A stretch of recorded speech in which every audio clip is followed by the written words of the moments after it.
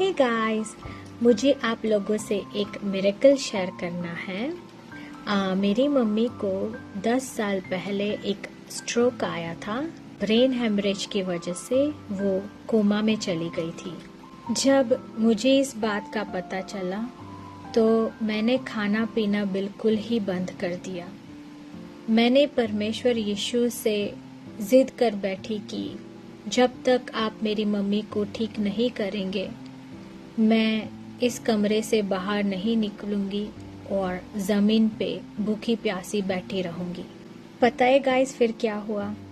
परमेश्वर यीशु ने कहा कि देख, मैं तेरी मम्मी को ठीक कर रहा हूँ, अब उठ और जाके कुछ खा ले। मैंने विश्वास नहीं किया, इसीलिए परमेश्वर यीशु ने मुझे एक विजन दिखाया।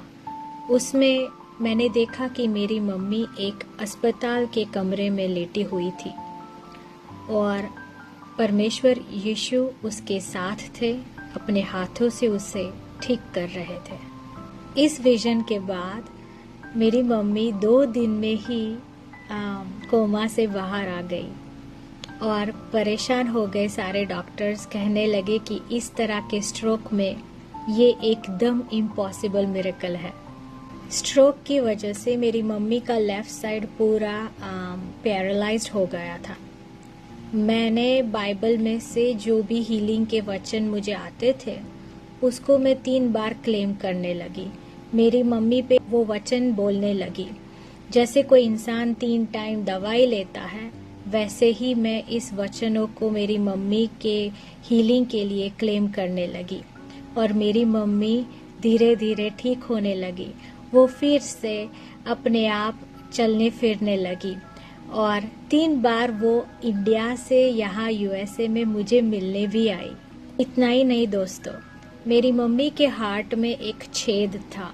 मैंने परमेश्वर यीशु के नाम से उस छेद को गायब होने के लिए कहा और वैसा ही हुआ। डॉक्टर परेशान हो गए कि रिपोर्ट में से अब छेद भी गायब हो गया, ये क्या हो रहा है। मेरी मम्मी को विजन इश्यूज भी थे। मैंने प्रार्थना चालू रखी। अब दोस्तों, मेरी मम्मी पढ़ सकती है ठीक से फिर से।